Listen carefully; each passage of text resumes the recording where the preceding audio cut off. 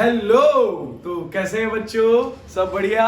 चलिए हम लोग आज एक नया टॉपिक शुरू करेंगे। उसी चैप्टर में हम लोगों ने पीछे लाइफ प्रोसेस में न्यूट्रिशन पार्ट पूरा कवर कर लिया है।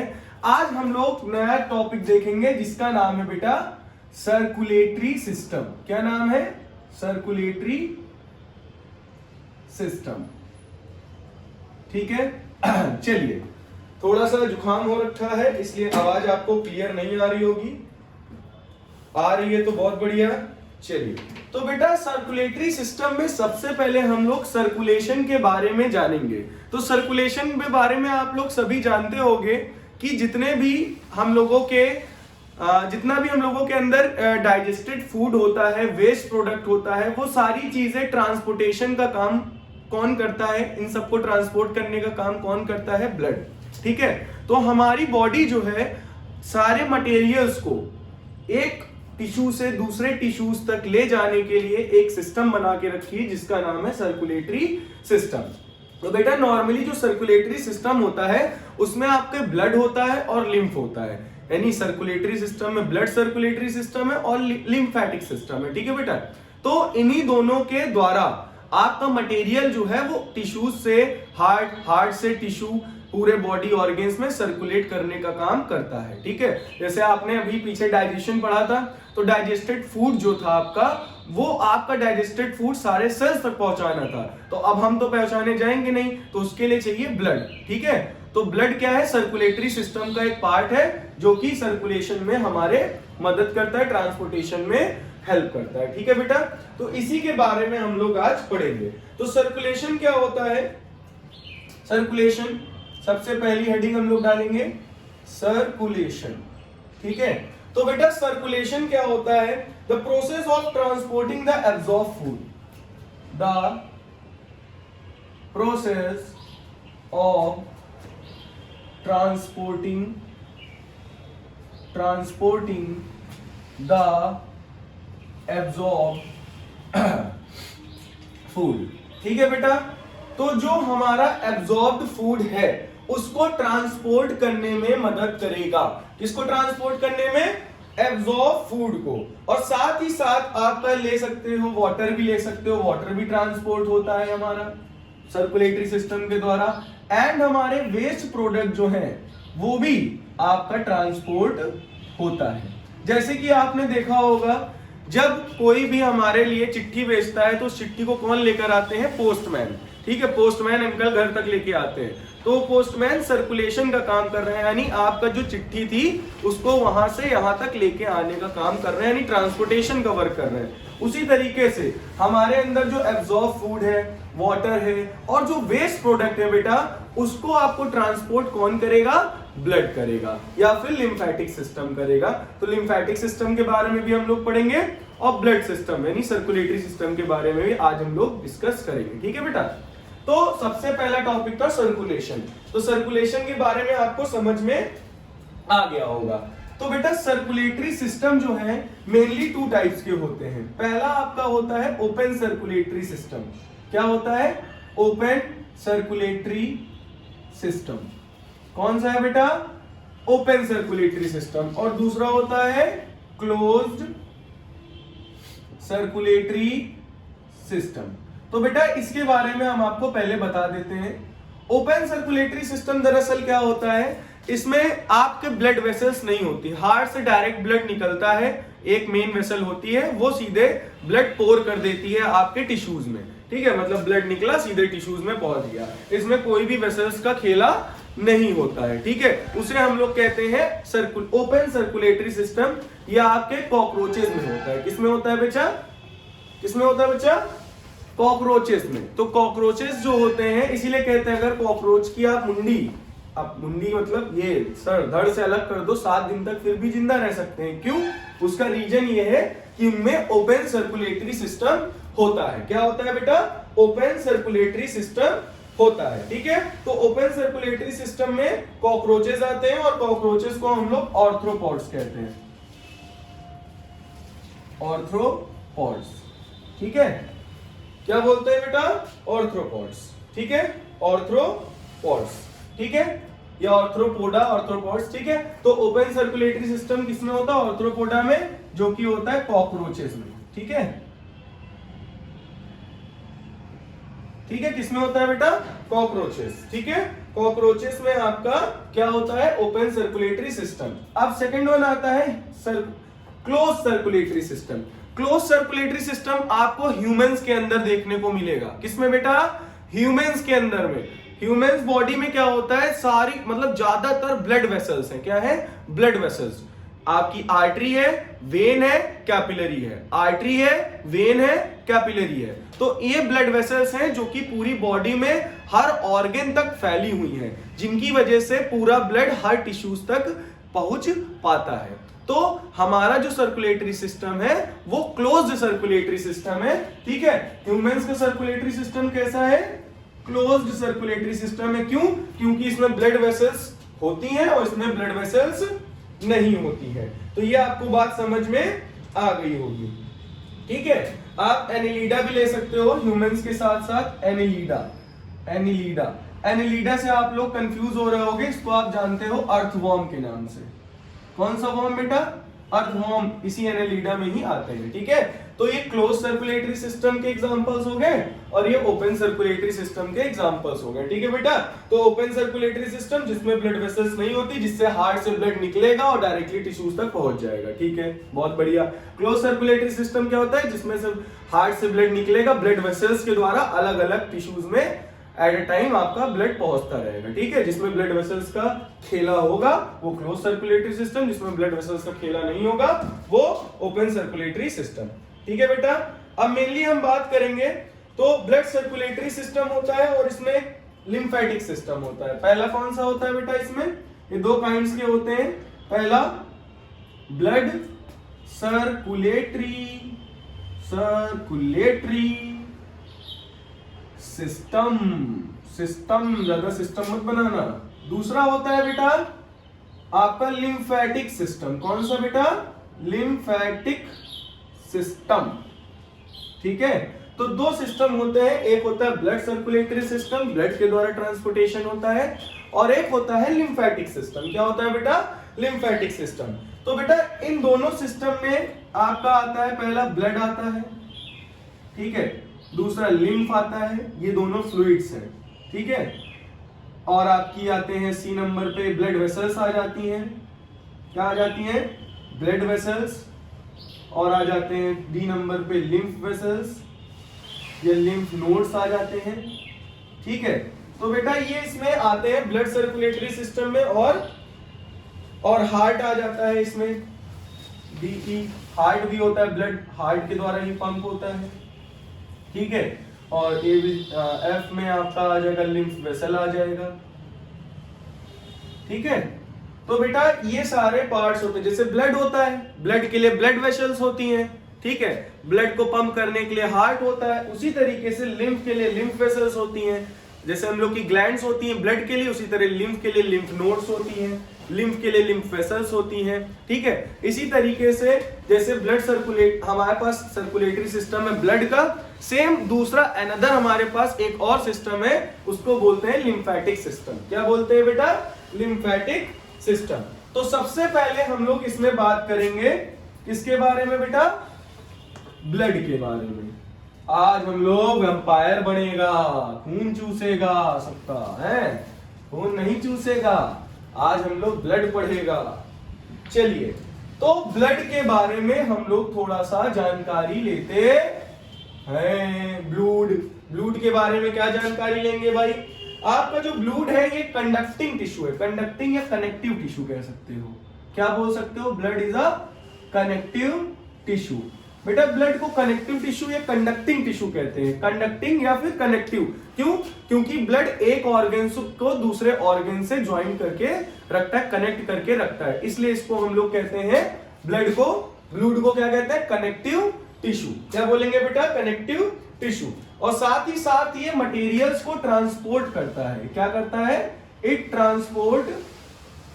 ट्रांसपोर्ट्स मटेरियल आप समझते हैं कैसा कैसा? डाइजेस्टेड मटेरियल, वेस्ट प्रोडक्ट, कई सारे मटेरियल हो गए जिसको ट्रांसपोर्ट करेगा। ऑक्सीजन, CO2 वेस्ट प्रोडक्ट में तो इन सारे मटेरियल्स को ट्रांसपोर्ट करेगा एक जगह से दूसरी जगह पर। ठीक है बेटा, तो ब्लड के बारे में आपको समझ में आ गया होगा। तो अब हम लोग मेनली बात करेंगे ब्लड के कंपोजिशन के बारे में, आखिर ये ब्लड किससे बना हुआ है।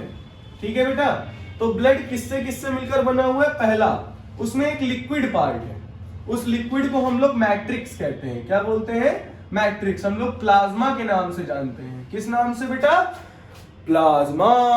समझ गए। दूसरा है बेटा आपका सॉलिड प्रोडक्ट। सॉलिड कौन कौन से मटेरियल होते हैं, आपका सॉलिड में आते हैं ब्लड सेल्स, ब्लड कॉर्पसेल्स, जिसमें आता है पहला आरबीसी। आरबीसी को हम लोग कहते हैं रेड ब्लड सेल, या फिर इसका दूसरा नाम है इराइथ्रोसाइट्स। ठीक है बेटा। दूसरा आता है डब्ल्यूबीसी। डब्ल्यूबीसी जो है बेटा, इसको हम लोग कहते हैं ल्यूकोसाइट्स। क्या बोलते हैं, ल्यूकोसाइट्स। नेक्स्ट आता है बेटा प्लेटलेट्स। क्या आता है बेटा, प्लेटलेट्स। प्लेटलेट्स को हम लोग कहते हैं थ्रोम्बोसाइट्स। क्या बोलते हैं, थ्रोम्बोसाइट्स। तो ये सॉलिड पार्ट है जो कि आपके प्रेजेंट होते हैं सेल में, आरबीसी, डब्ल्यूबीसी, प्लेटलेट्स और ब्लड प्लाज्मा, जिसको हम लोग मैट्रिक्स कहते हैं। क्या बोलते हैं बेटा, मैट्रिक्स। तो ये बात आपको समझ में आ गई, एक लिक्विड पार्ट होता है और एक सॉलिड पार्ट होता है। चलिए बहुत बढ़िया। तो सबसे पहले हम लोग इसमें प्लाज्मा के बारे में स्टडी करेंगे। किसके बारे में, प्लाज्मा के बारे में। ठीक है, तो चलिए प्लाज्मा के बारे में पढ़ लेते हैं भाई हम लोग। तो कंपोजिशन में सबसे पहला पार्ट कौन सा है बेटा, प्लाज्मा। तो प्लाज्मा क्या होता है बेटा, हमारे बॉडी में जितना भी ब्लड है, टोटल जितना भी ब्लड है उसका 55% उसमें प्लाज्मा होता है। क्या होता है, टोटल ब्लड में से 55% हमारे ब्लड में क्या है, प्लाज्मा।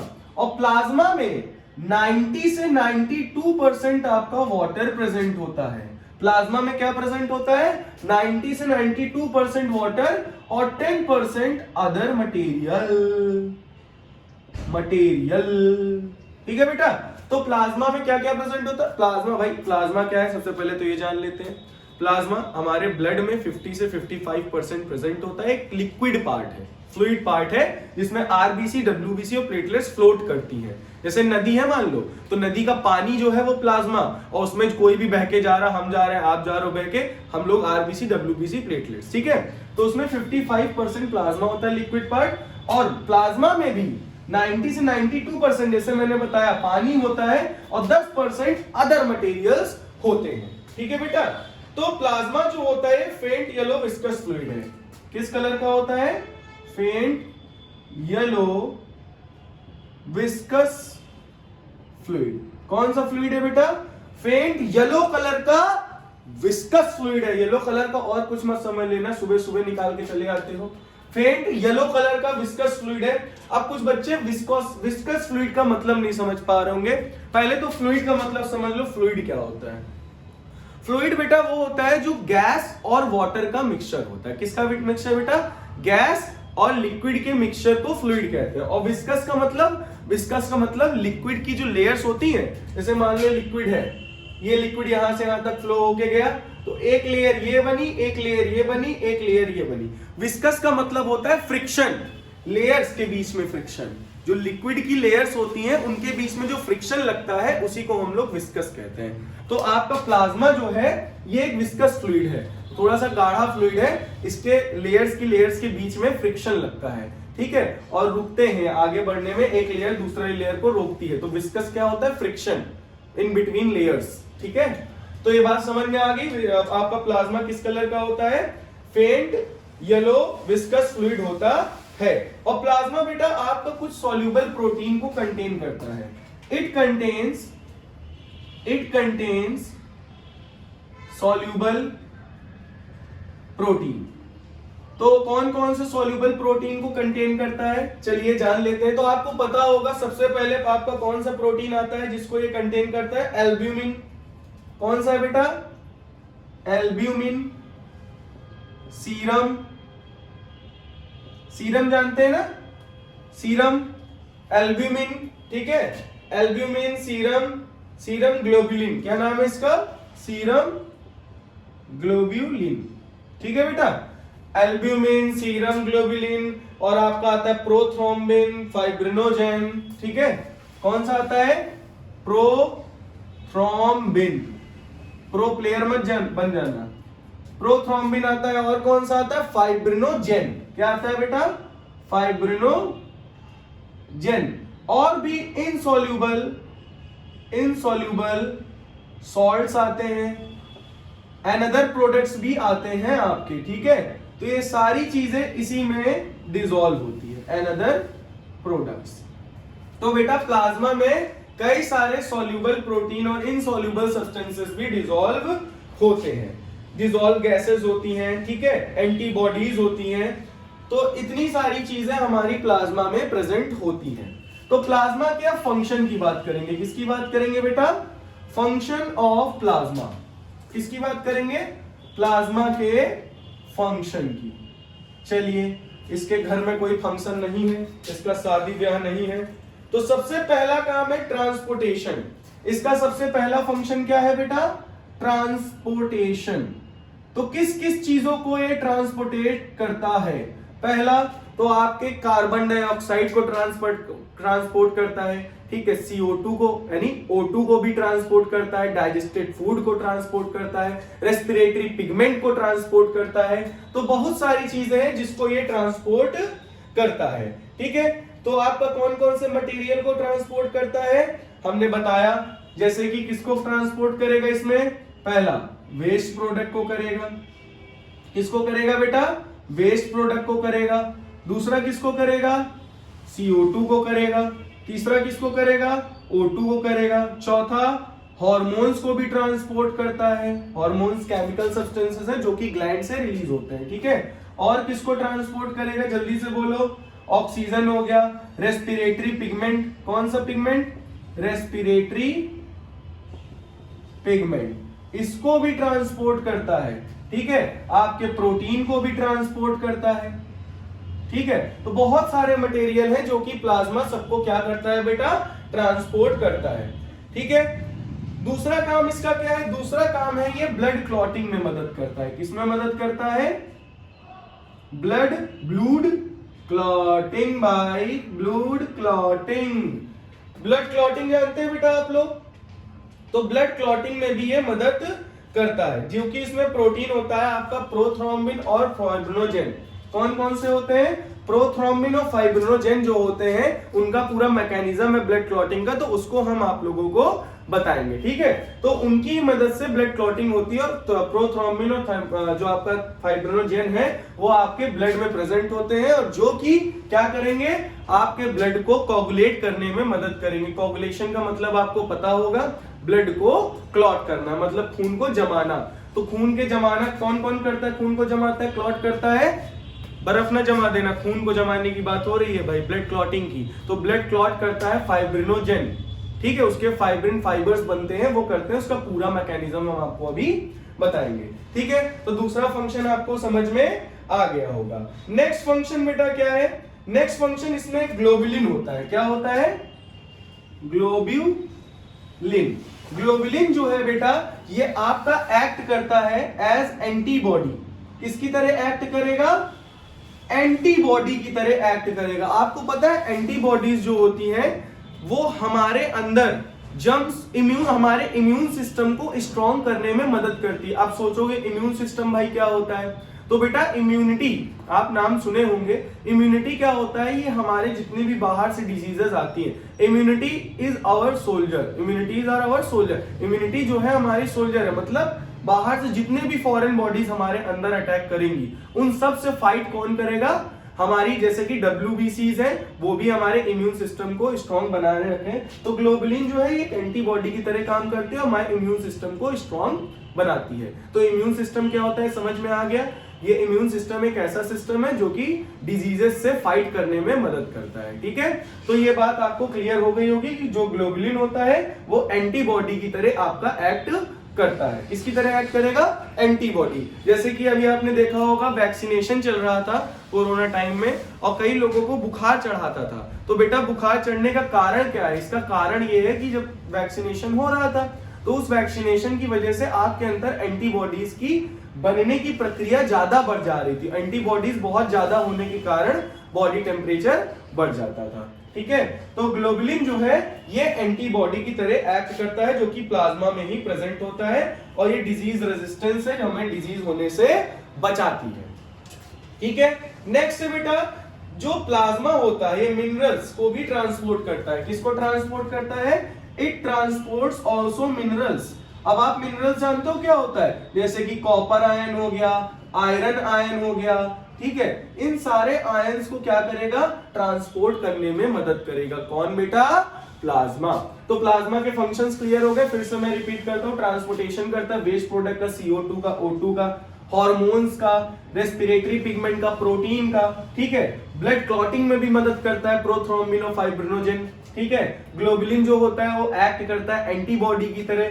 और आपका मिनरल्स जैसे कॉपर आयन और आयरन आयन ये आपका भी ये भी ट्रांसपोर्ट होता है। ठीक है बेटा, ये बात आपको समझ में आ गई होगी।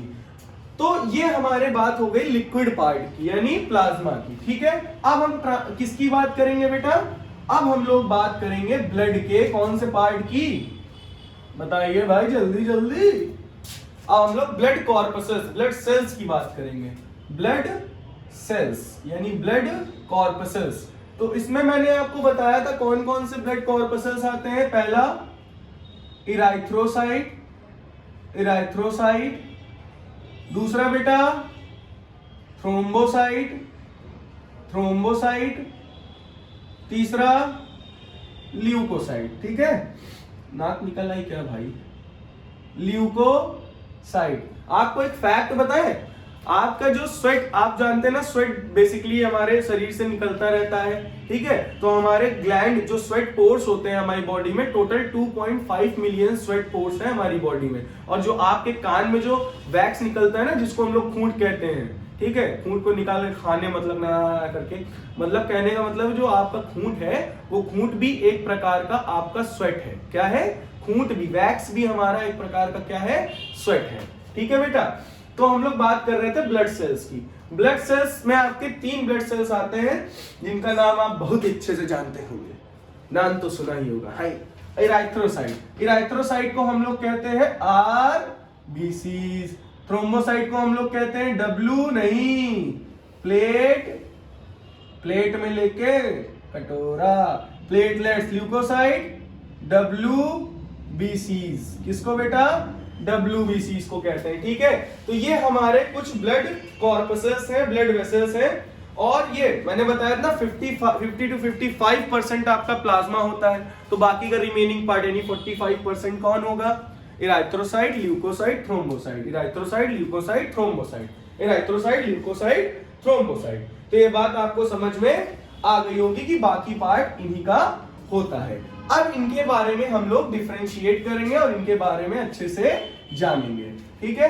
कौन कितना होता है, कितना महान है, ठीक है, उनके कैरेक्टर्स के बेसिस पर। तो हम लोग इधर लिखेंगे कैरेक्टर्स, आप लोग भी लिखिएगा। एक में लिखेंगे RBC, WBC, और बेटा क्या आता है? प्लेटलेट्स। नाचो, समझ गए? तो बेटा RBC, WBC और प्लेटलेट्स के बारे में पढ़ेंगे। तो पहले कैरेक्टर की बात करते हैं, शेप। किसकी बात करेंगे बेटा? शेप की बात करेंगे। तो बेटा जो RBC, WBC और प्लेटलेट्स है किस शेप की होती है? तो बेटा आपका जो RBC है बाइकॉनकेव शेप होता है। क्या होता है? Biconcave shape. कैसा शेप? बाइकॉनकेव, यानी कुछ ऐसा स्ट्रक्चर होता है, बाइकॉनकेव। ठीक है। WBCs बेसिकली आपकी इररेगुलर होती हैं। क्या होती हैं? इररेगुलर, और या राउंडेड भी आप कह सकते हो। क्या कह सकते हो? राउंडेड। ठीक है। WBCs आपकी इररेगुलर होती हैं, रेड ब्लड सेल आपकी बाइकॉनकेव होती है, और बेटा आपकी जो प्लेटलेट्स है ये राउंडेड भी होती है या ओवल भी आप कह सकते हो। प्लेटलेट्स को क्या कह सकते हो? राउंडेड और ओवल। क्या कह सकते हो भाई?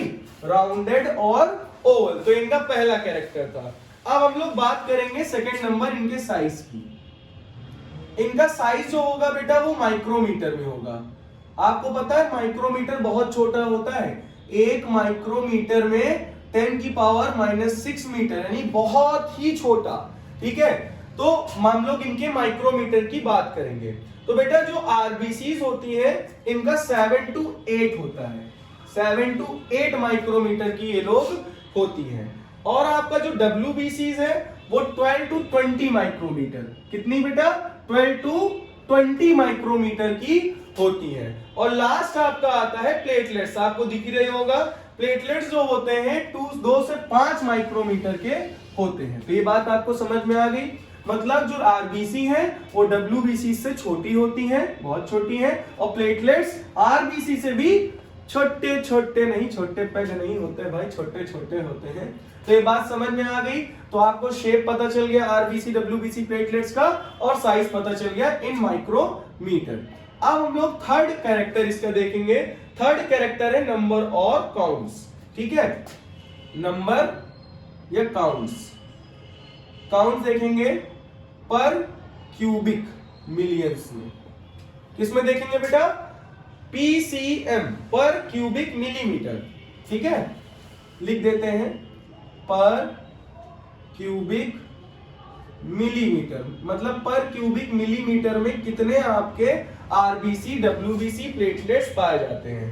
तो बेटा आरबीसी जो होते हैं वो 5.5 मिलियन, कितने 5.5 मिलियन मेल्स में पाए जाते हैं, और फीमेल्स में कितना पाया जाता है बेटा 4.5 मिलियंस, कितना पाया जाता है 4.5 मिलियंस आरबीसीज पाई जाती है, किसमें बेटा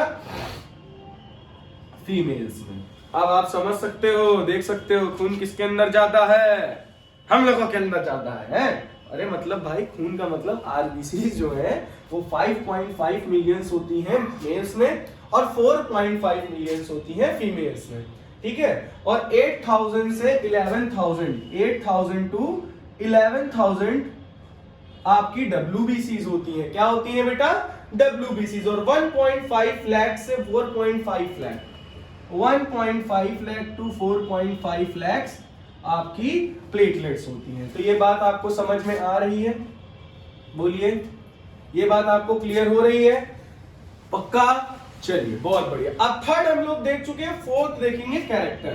फोर्थ कैरेक्टर इसका देखेंगे कलर, क्या देखेंगे बेटा कलर। कोई काला है, कोई गोरा है, कोई सफेद है, कोई गुलाबी है। चलिए तो आरबीसी आपको पता होगा रेड कलर की होती है, किस कलर की होती है रेड कलर की होती है, ड्यू टू हीमोग्लोबिन, ठीक है। डब्ल्यूबीसी आपको पता होगा व्हाइट ब्लड सेल्स कलरलेस होती हैं, क्या होती हैं बेटा कलरलेस, क्या होती है कलरलेस होती है। और आपका प्लेटलेट्स का भी कोई कलर हो सकता है नहीं भैया, मतलब ये भी क्या होती है कलरलेस, ठीक है बेटा। तो आपको ये बात तो समझ में आ गई होगी कि आरबीसी रेड कलर की क्यों होती है, हीमोग्लोबिन और दोनों कलरलेस। अब हम लोग पांचवा कैरेक्टर इसका देखेंगे। पांचवा कैरेक्टर जो है बेटा वो है इसका लाइफ स्पैन, क्या है लाइफ स्पैन, कितने दिन तक जीवित रहती हैं भाई। तो आरबीसी जो है वो 120 डेज तक जिंदी नहीं भाई जीवित रह सकती है, ठीक है। तो आपका डब्ल्यूबीसी कितने दिन तक जीवित रह सकती है 1 to 7 डेज, किसी किसी बुक में लिखा है 1 to 7 डेज, किसी किसी में लिखा है 12 to 14 डेज, ठीक है। तो आपकी बुक में जो लिखा हो वो आप लोग याद कर लीजिएगा, ठीक है। अब बेटा बात करते हैं प्लेटलेट्स की। तो प्लेटलेट्स जो है ये 2 से 5 दिन तक ही जिंदा रह पाती हैं, कितना दिन तक 2 से 5 दिन तक जिंदा रह पाएंगी। ये बात आपको समझ में आ गई, चलो बहुत बढ़िया बहुत बढ़िया।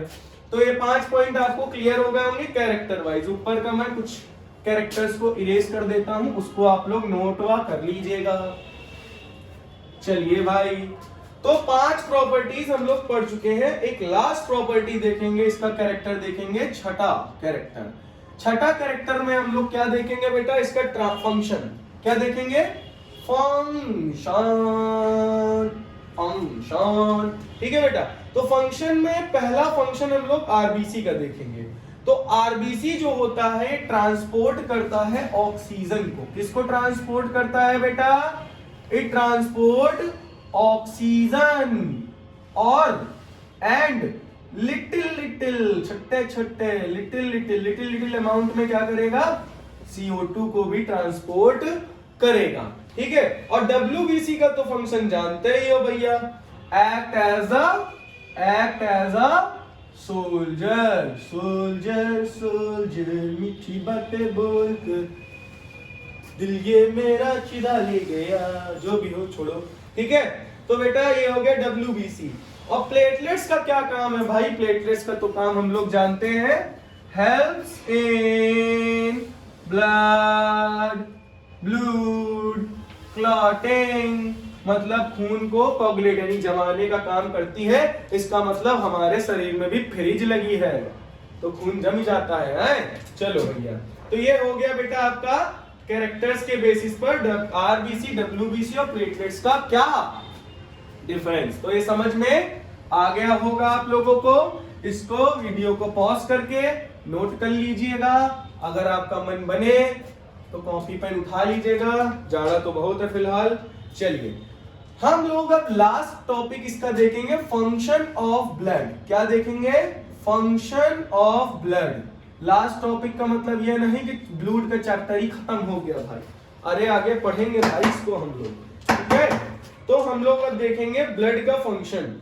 तो सबसे पहला फंक्शन है इट ट्रांसपोर्ट, किसको ट्रांसपोर्ट करेगा भाई, ब्लड का पहला फंक्शन है it transport oxygen O2 from, कहां से कहां तक, फ्रॉम लंग्स टू टिश्यू। ठीक है, तो लंग से हमने ऑक्सीजन, नाक तो बंद है, खुल नहीं पा रही है, लेते जा रहे हैं। ठीक है, और टिश्यू तक पहुंचेगा किसके द्वारा, ब्लड के द्वारा। ठीक है, दूसरा फंक्शन सेम चीज, it transport O2 from tissue,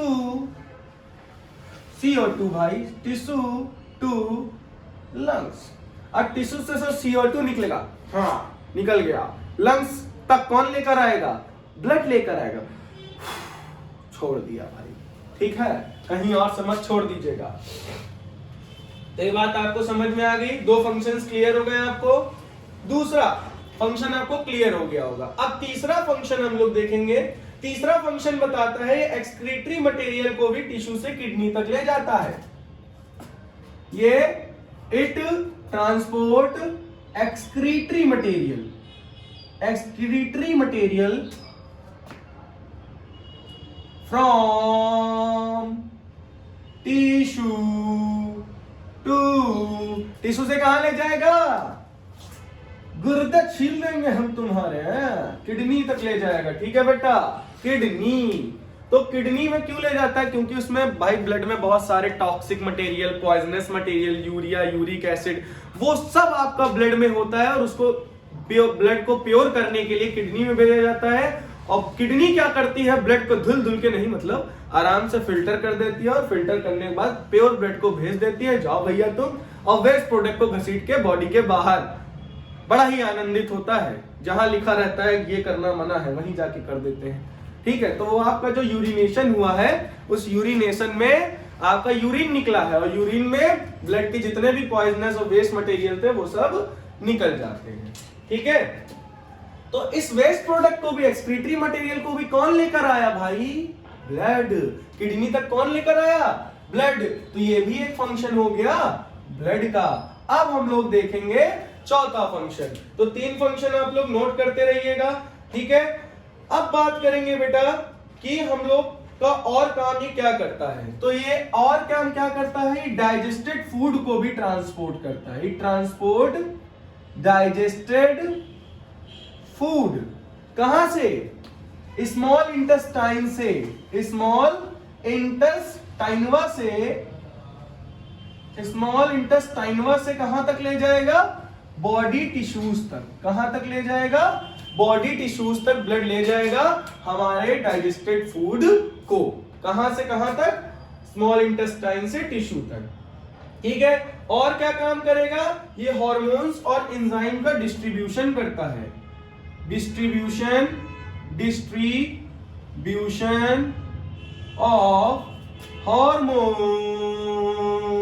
and enzymes. ठीक है बेटा, तो हॉर्मोन्स एक केमिकल सब्सटेंसेस हैं जो कि टारगेट एरिया तक जाते हैं, वो भी ब्लड के थ्रू ही, और एंजाइम्स भी ब्लड के थ्रू ही ट्रेवल करते हैं। ये चीजों को ब्रेक डाउन करने का काम करते हैं। कौन? एंजाइम। क्या करते हैं? ब्रेक डाउन करने का काम। ठीक है, नेक्स्ट वर्क क्या है इसका? ये क्लॉट करते हैं ब्लड को। नेक्स्ट वर्क क्या है बेटा? It clots the ब्लूड। ठीक है, ये ब्लूड यानी ब्लड को क्लॉट करेगा, ताकि आप जब भी कभी आपके चोट लगती है तो इंजरी होने के बाद ऐसा तो है नहीं पानी बहता जाता है बहता जाता है बहता जाता नहीं ना, थोड़ी देर में ब्लड क्या होता है? रुक जाता है, क्लॉट कर दिया जाता है। किसके द्वारा? ब्लड के द्वारा। इसमें प्लेटलेट्स क्लॉट कर देती हैं खून को, ताकि हमारा ज्यादा खून लॉस ना हो पाए। लेकिन एक बीमारी हो जाती है जिसको कहते हैं हीमोफीलिया, उसको रॉयल डिजीज कहते हैं। क्वीन विक्टोरिया को हुई थी, इसीलिए हीमोफीलिया बन गई रॉयल डिजीज। वाह वाह, ठीक है, बहुत ही रेयर डिजीज है वैसे ये रॉयल डिजीज जो है हीमोफीलिया, जिसको हो जाती है चोट लगने पर ब्लड जल्दी से क्लॉट नहीं होता, उसका खून नदी के खाउल बह जाता है।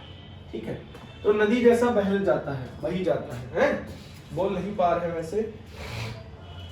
चलिए, नेक्स्ट है distribution of heat and temperature control. सातवां क्या काम है? ये डिस्ट्रीब्यूशन करता है।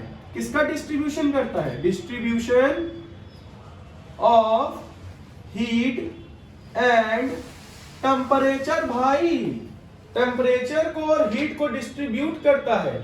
ठीक है, और साथ ही साथ इन्फेक्शन से प्रोटेक्ट करता है। इट प्रिवेंट्स का मतलब रोकता है। It prevents diseases.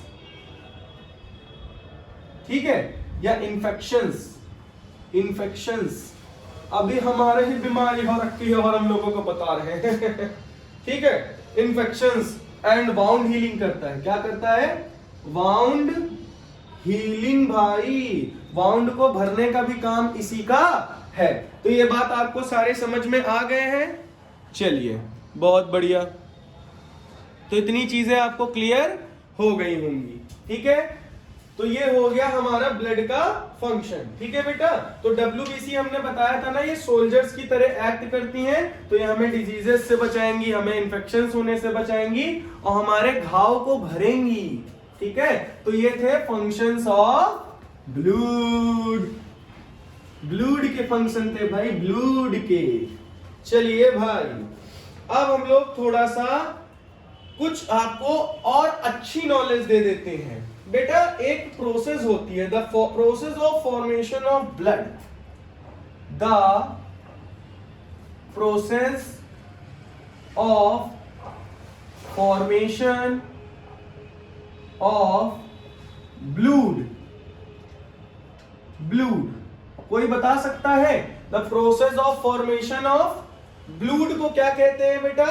हीमोपोइसिस। क्या बोलते हैं? हीमोपोइसिस। क्या बोलेंगे? हीमोपोइसिस। क्या बोलेंगे? हीमोपोइसिस। ठीक है बेटा, इसका नाम क्या है? हीमोपोइसिस। तो ये जो ब्लड का फॉर्मेशन होता है, उस ब्लड के फॉर्मेशन को क्या बोलता है पब्लिक? हीमोपोइसिस। क्या बोलेंगे बेटा? हीमोपोइसिस। ठीक है, क्या बोलेंगे? Haemopoiesis, haemopoiesis, haemopoiesis, haemopoiesis, haemopoiesis. ठीक है, तो चलिए, ये याद हो गया होगा कि ब्लड के फॉर्मेशन को क्या कहते हैं? हीमोपोइसिस।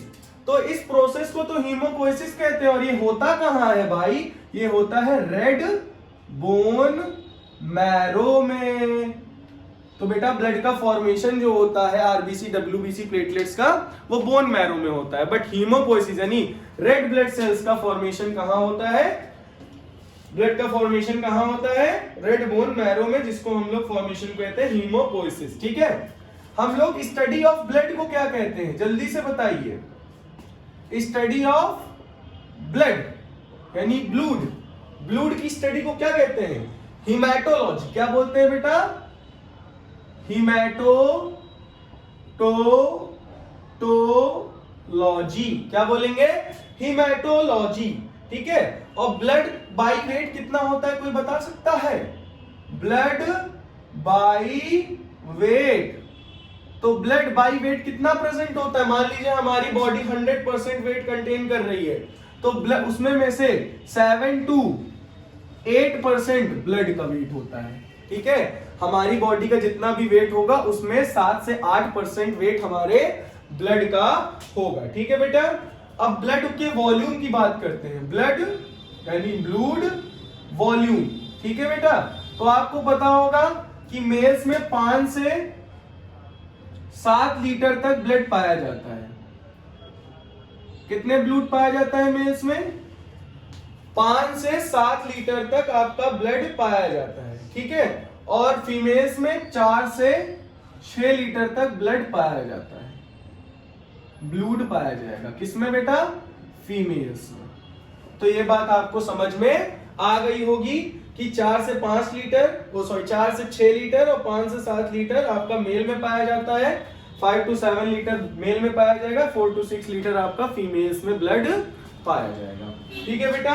ये बात आपको समझ में आ गई होगी।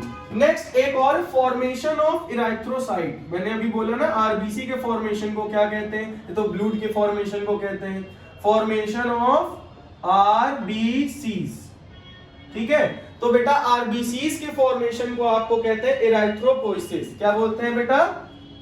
इराइथ्रोपोइसिस। यार बड़ी कठिन नाम है, इराइथ्रोपोइसिस। क्या नाम है? इराइथ्रोपोइसिस। इराइथ्रोपोइसिस फॉर्मेशन ऑफ आरबीसी, इराइथ्रोपोइसिस।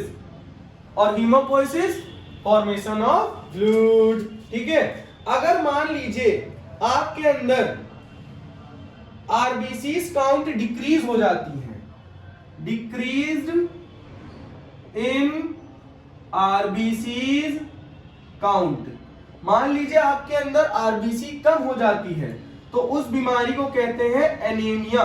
क्या बोलते हैं बेटा? एनीमिया। क्या बोलते हैं? एनीमिया, ठीक है बेटा। तो ये कुछ हमने आपको ब्लड की कुछ जानकारी हमने आपको दे दी, ठीक है।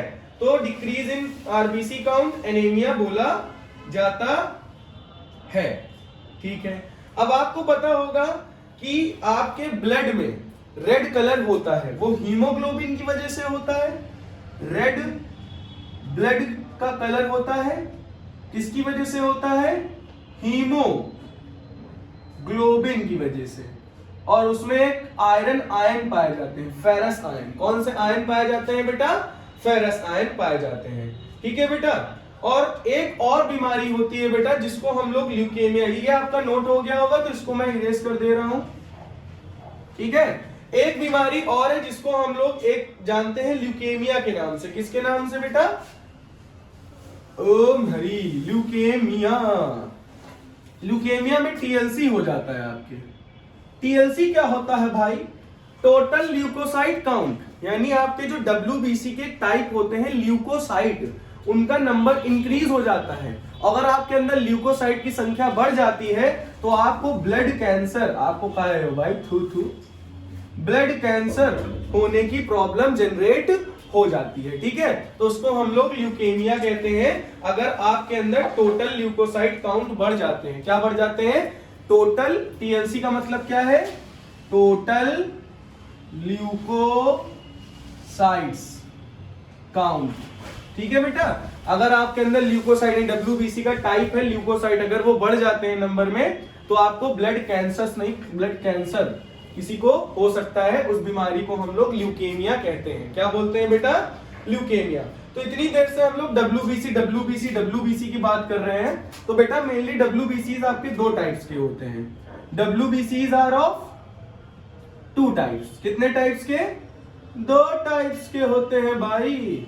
पहला होता है ए ग्रेन्युलोसाइट्स, दूसरा होता है ग्रेन्युलोसाइट्स, ठीक है बेटा। एक होता है ए ग्रेन्युलोसाइट, एक होता है ग्रेन्युलोसाइट। ए ग्रेन्युलोसाइट में आपका आता है मोनोसाइट, ठीक है, और दूसरा आता है लिम्फोसाइट। मोनोसाइट। कौन सा आता है बेटा? मोनोसाइट और लिम्फोसाइट आता है। क्या क्या आता है? मोनोसाइट और लिम्फोसाइट। इसमें क्या आता है? इसमें आपका आते हैं 3 एसिडोफाइल्स, एसिडोफिल्स, न्यूट्रोफिल्स, न्यूट्रोफिल्स और क्या आता है बेटा? बेजोफिल्स। क्या आता है बेटा? बेजोफिल्स। तो कितने टाइप्स हो गए डब्ल्यूबीसीज के आपके? मेनली कितने टाइप्स हो गए आपके? हो गए ए ग्रेन्युलोसाइट और ग्रेन्युलोसाइट। ए ग्रेन्युलोसाइट के मोनोसाइट, लिम्फोसाइट और ग्रेन्युलोसाइट के acidophils, neutrophils, basophils. Acidophils, neutrophils, basophils. Acidophils, neutrophils, basophils. ठीक है। और इसमें ए ग्रेन्युलोसाइट में monocyte, lymphocyte, monocyte, lymphocyte, monocyte, lymphocyte, monocyte and lymphocyte. ठीक है बेटा। तो ये हो गया बेटा डब्ल्यूबीसी के टाइप्स। ठीक है। अब हम लोग बात करेंगे मेंटेनेंस बाय प्लेटलेट्स। प्लेटलेट्स इसको इरेज कर दें। चलो भाई, अब हम लोग प्लेटलेट्स की बात करेंगे। ये तो हम लोगों ने ब्लड के अंदर आरबीसी की बात कर ली, डब्ल्यूबीसी की बात कर ली। अब हम लोग ब्लड में प्लेटलेट्स की बात करेंगे। तो बेटा प्लेटलेट्स जो है ये बहुत ही इंपॉर्टेंट रोल प्ले करती हैं ब्लड क्लॉटिंग में, जैसा कि मैंने आपको अभी भी बताया था। ठीक है। तो जो ब्लड क्लॉटिंग होती है, जैसे ही कभी कहीं भी हमारे इंजरी होती है, वाउंड होता है, कहीं भी हमारे ब्लड बहना शुरू हुआ, तो हमारा जो ब्रेन है वो बॉडी में ब्लड को एक सिग्नल देगा। ब्लड तुरंत की तुरंत जितनी भी प्लेटलेट्स है सब वाउंड की तरफ अटैक कर देंगी और वहां जाके एक फाइब्रिन नाम का मटेरियल बनाएंगी जो कि एक वेब जैसा स्ट्रक्चर जनरेट कर देंगी पूरे वाउंड पर, जिसकी वजह से आपकी आरबीसी डब्ल्यूबीसी बाहर निकल नहीं पाएंगी और वहां पे आपका ब्लड रुक जाएगा और ज्यादा लॉस नहीं होगा। ठीक है। तो ब्लड क्लॉटिंग में सबसे मेन रोल कौन प्ले करता है? प्लेटलेट्स। कौन प्ले करता है बेटा? प्लेटलेट्स। तो इन्हीं प्लेटलेट्स की ही ब्लड क्लॉटिंग पढ़ेंगे हम लोग पूरा का पूरा स्टेप बाय स्टेप कि ब्लड क्लॉटिंग कैसे होती है। चलिए, ब्लड क्लॉटिंग। ठीक है बेटा। तो ब्लड क्लॉटिंग बेटा कैसे होती है? ये एक ऑटोमेटिक प्रोसेस है, इसमें हमें कुछ नहीं करना है, सीधे सीधे हमारा ब्रेन जो है वो सिग्नल्स दे देता है। ठीक है बेटा। तो ये जो मैकेनिज्म है इसको हम लोग एंजाइम कैस्केड थ्योरी कहते हैं। क्या कहते हैं ब्लड क्लॉटिंग को? Enzyme cascade theory. क्या कहते हैं बेटा? Enzyme cascade theory. क्या कहते हैं? Enzyme cascade theory. तो ये थ्योरी के अकॉर्डिंग इसके 3 स्टेप हैं। चलिए, स्टेप नंबर 1। स्टेप नंबर 1 में जब भी हमारे चोट लगती है तो हमारा जो ब्लड है वो आपका क्या करेगा? एक मटेरियल रिलीज करेगा। उस मटेरियल का नाम है थ्रोम्बोप्लास्टिन। क्या नाम है बेटा? स्टेप नंबर 1 में हमारा जो ब्लड है वो थ्रोम्बोप्लास्टिन नाम का मटेरियल रिलीज करेगा। क्या नाम है? थ्रोम्बोप्लास्टिन। ठीक है। और ये कैल्शियम, ब्लड में कैल्शियम आयन तो होते ही होते हैं, आप जानते होंगे। तो बेटा थ्रोम्बोप्लास्टिन जब कैल्शियम आयन की प्रेजेंस में आते हैं तो ये थ्रोम्बोकाइनेज एंजाइम बनाते हैं। क्या बनाते हैं? Thrombokinase enzyme. ठीक है। ये एन एक्टिव एंजाइम है। कैसा एंजाइम है बेटा? An active enzyme. ठीक है बेटा। कैसा एंजाइम है? An active enzyme. ठीक है। तो थ्रोम्बोप्लास्टिन, भाई थ्रोम्बोप्लास्टिन कहां से रिलीज किया गया? प्लेटलेट्स के द्वारा। जो डैमेज सेल्स थे वहां पे प्लेटलेट्स आई, उन्होंने थ्रोम्बोप्लास्टिन रिलीज किया, कैल्शियम आयन की प्रेजेंस में थ्रोम्बोकाइनेज फॉर्मेशन हो गया। ठीक है। तो थ्रोम्बोकाइनेज आपका एक प्रकार का एंजाइम है, आप ये तो जानते ही होंगे। ठीक है। तो थ्रोम्बोकाइनेज जो होता है हमारा, जो बेटा सॉल्यूबल प्लाज्मा होता है, प्लाज्मा में एक प्रोथ्रोम्बिन नाम का प्रोटीन होता है। कौन सा बेटा? प्रोथ्रोम्बिन। ठीक है। प्रोथ्रोम्बिन हमारा जो प्लाज्मा होता है ब्लड में, उसमें एक सॉल्यूबल प्रोटीन पाया जाता है जिसको हम लोग बोलते हैं प्रोथ्रोम्बिन। और प्रोथ्रोम्बिन, ये जो थ्रोम्बोकाइनेज एंजाइम बना है, थ्रोम्बोकाइनेज एंजाइम बना हुआ है और कैल्शियम आयन की प्रेजेंस में जो हमारा प्रोथ्रोम्बिन है वो कन्वर्ट हो जाएगा थ्रोम्बिन में। किसमें कन्वर्ट हो जाएगा बेटा? थ्रोम्बिन में कन्वर्ट हो जाएगा। किसमें कन्वर्ट हो जाएगा बेटा? थ्रोम्बिन में कन्वर्ट हो जाएगा। और ये भी एक एक्टिव एंजाइम है। ये भी क्या है? An active enzyme. ठीक है बेटा। ये भी एक एक्टिव एंजाइम है। तो स्टेप नंबर 1 में क्या हुआ? थ्रोम्बोप्लास्टिन था, ठीक है, थ्रोम्बोप्लास्टिन रिलीज किया गया प्लेटलेट्स के द्वारा कैल्शियम आयन की प्रेजेंस में, वो थ्रोम्बोकाइनेज बनाता है। तो स्टेप नंबर 2 में क्या हुआ, स्टेप नंबर 2 में जो प्रोथ्रोम्बिन सॉल्युबल प्रोटीन था उसको थ्रोम्बिन में बदला गया, किसकी प्रेजेंस में, थ्रोम्बोकाइनेज और कैल्शियम आयन की प्रेजेंस में, और थ्रोम्बिन एक एक्टिव एंजाइम है। अब हम लोग स्टेप नंबर 3 देखेंगे और ये लास्ट स्टेप है। क्या है बेटा, लास्ट स्टेप, ठीक है। इसमें क्या होता है, आपका प्लाज्मा में एक सॉल्युबल प्रोटीन होता है जिसको हम लोग फाइब्रिनोजेन के नाम से जानते हैं। क्या किस नाम से, फाइब्रिनोजेन, ठीक है, किसके नाम से जानते हैं बेटा, फाइब्रिनोजेन के नाम से जानते हैं। तो फाइब्रिनोजेन जो होते हैं ये थ्रोम्बिन की प्रेजेंस में, थ्रोम्बिन कौन है, ये एक एक्टिव एंजाइम है, इसकी प्रेजेंस में फाइब्रिनोजेन जो है वो फाइब्रिन फाइबर्स बनाएंगे। क्या बनाएंगे बेटा, फाइब्रिन फाइबर्स, ठीक है। और जो ये फाइब्रिन फाइबर्स होते हैं ये आपका क्या करते हैं, फाइब्रिन फाइबर्स का काम है जहां पे भी चोट लगी हुई होगी वहां पे छोटे छोटे धागे जाके इकट्ठा हो जाते हैं बाउंस में, और इकट्ठा होने के बाद वो पूरा घेरा बना लेते हैं, जैसे एक मकड़ी का जाला, मकड़ी जो है वो वेब तैयार करती, उसी तरीके से फाइब्रिन फाइबर्स एक वेब तैयार कर देते हैं जिससे आपके जो आरबीसी डब्ल्यूबीसी ये सब बाहर निकल के नहीं जा पाती है। तो ये 3 स्टेप में आपकी ब्लड क्लॉटिंग होती है। Step number 1, thromboplastin calcium ion की प्रेजेंस में थ्रोम्बोकाइनेज बनाएगा आपका, फिर प्रोथ्रोम्बिन जो सॉल्युबल प्रोटीन है, थ्रोम्बोकाइनेज कैल्शियम आयन की प्रेजेंस में थ्रोम्बिन एंजाइम्स एक्टिवेट कर देगा, ठीक है, थ्रोम्बिन में कन्वर्ट कर देगा, और फिर थ्रोम्बिन की प्रेजेंस में फाइब्रिनोजेन फाइब्रिन फाइबर्स बनाएंगे जो कि क्लॉटिंग में मदद करते हैं, ठीक है बेटा। और इसकी वजह से आपका ब्लड क्या हो जाता है, आपका ब्लड हो जाता है क्लॉट। क्या हो जाता है, क्लॉट हो जाता है। अब आपने देखा होगा चोट के सूखने पर, चोट के सूखने पर रेस्ट ऑफ प्लाज्मा पानी जैसा कुछ निकलता है, ठीक है, उसे हम लोग सीरम कहते हैं। क्या कहते हैं, जो रेस्ट ऑफ प्लाज्मा बचता है बेटा उसे हम लोग सीरम के नाम से जानते हैं, ठीक है। तो रेस्ट ऑफ प्लाज्मा को बेटा क्या कहते हैं हम लोग, सीरम, ठीक है। क्या कहते हैं, सीरम, मतलब उसमें जो फाइब्रिनोजेन बचता है, जो वेस्ट प्रोडक्ट बचता है, जो आपके प्लाज्मा में बचते हैं, वो सारे के सारे जो आपकी चोट सूख जाती है तो उससे निकल जाता है, तो उस रेस्ट ऑफ प्लाज्मा को हम लोग सीरम के नाम से जानते हैं, ठीक है। तो ये प्रोसेस आपको समझ में आ गई होगी, ठीक है। अब एक चीज और जान लीजिए, एक विटामिन है जिसका नाम है विटामिन के, ये बहुत ही नेसेसरी होता है ब्लड को क्लॉट करने के लिए, तो विटामिन के की कमी आपकी बॉडी में नहीं होनी चाहिए, वो आप लेते रहिए, ठीक है। तो ये बात आपको समझ में आ गई कि ब्लड क्लॉटिंग क्या होता है। ब्लड क्लॉटिंग एक एंजाइम कैस्केड थ्योरी है जो कि 3 स्टेप्स में होती है।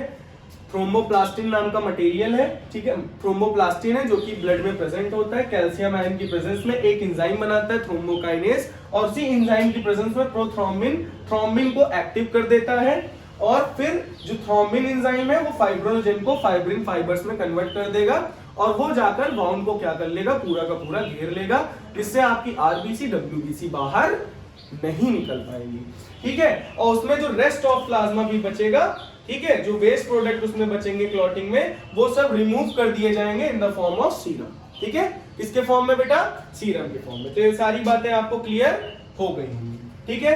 अब हम लोग ब्लड क्लॉटिंग के बाद पढ़ेंगे वेसल्स के बारे में। तो ब्लड क्लॉटिंग अच्छे से क्लियर हो गई आप लोगों को, बहुत बढ़िया, इसको हम इरेज कर दे रहे हैं, ठीक है। चलिए लास्ट टॉपिक है बेटा हम लोगों का ब्लड वेसल। क्या है, ब्लड वेसल, ठीक है। चलिए तो ब्लड वेसल